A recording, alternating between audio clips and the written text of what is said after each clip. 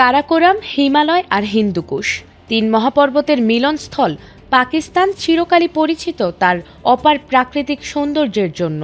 বরফ ঢাকা পাহাড়, আঁকাবাঁকা উপত্যকা আর মেঘছোঁয়া চূড়া এই অঞ্চলের নৈসর্গিক পরিচয়।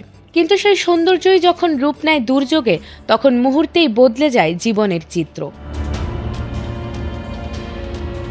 পাকিস্তানের উত্তরাঞ্চলীয় খাইবার পাখতুনখোয়া ও পাঞ্জাব প্রদেশ জুড়ে শুরু হওয়া তুষারপাত ও ভারী বৃষ্টিতে জনজীবন বিপর্যস্ত হয়ে পড়েছে।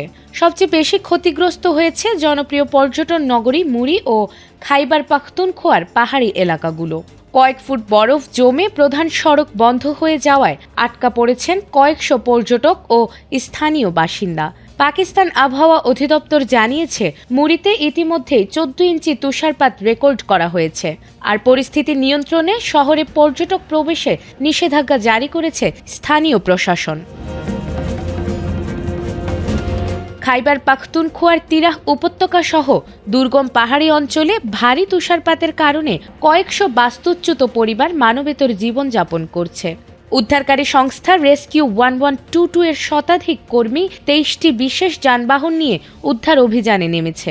শুক্রবার বিকেল পর্যন্ত অন্তত 50টি যানবাহন ও শতাধিক মানুষকে উদ্ধার করে নিরাপদ স্থানে সরিয়ে নেওয়া হয়েছে। পাশাপাশি বিতরণ করা হচ্ছে কম্বল ও শিশুদের শীতবস্ত্র। প্রতিকূল আবহাওয়ার কারণে কারাকোরাম হাইওয়ে বন্ধ হয়ে যাওয়ায় বিচ্ছিন্ন হয়ে পড়েছে চীন ও পাকিস্তানের মধ্যবর্তী সড়ক যোগাযোগ। আজাদ কাশ্মীরের নীলম উপত্যকায় পরিস্থিতি আরও ভয়াবহ। এখানে প্রায় 3 ফুট তুষারপাত হয়েছে। বিদ্যুৎ ও টেলিফোন সংযোগ বিচ্ছিন্ন হয়ে পড়ায় কয়েক ডজন গ্রাম বাইরের দুনিয়া থেকে কার্যত বিচ্ছিন্ন। বহু বছর পর কাশ্মীরের রাজধানী মুজাফফরবাদেও হালকা তুষারপাত রেকর্ড করা হয়েছে। আগামী মঙ্গলবার পর্যন্ত এই বৈরী আবহাওয়া অব্যাহত থাকতে পারে বলে সতর্ক করেছেন আবহাওয়াবিদরা।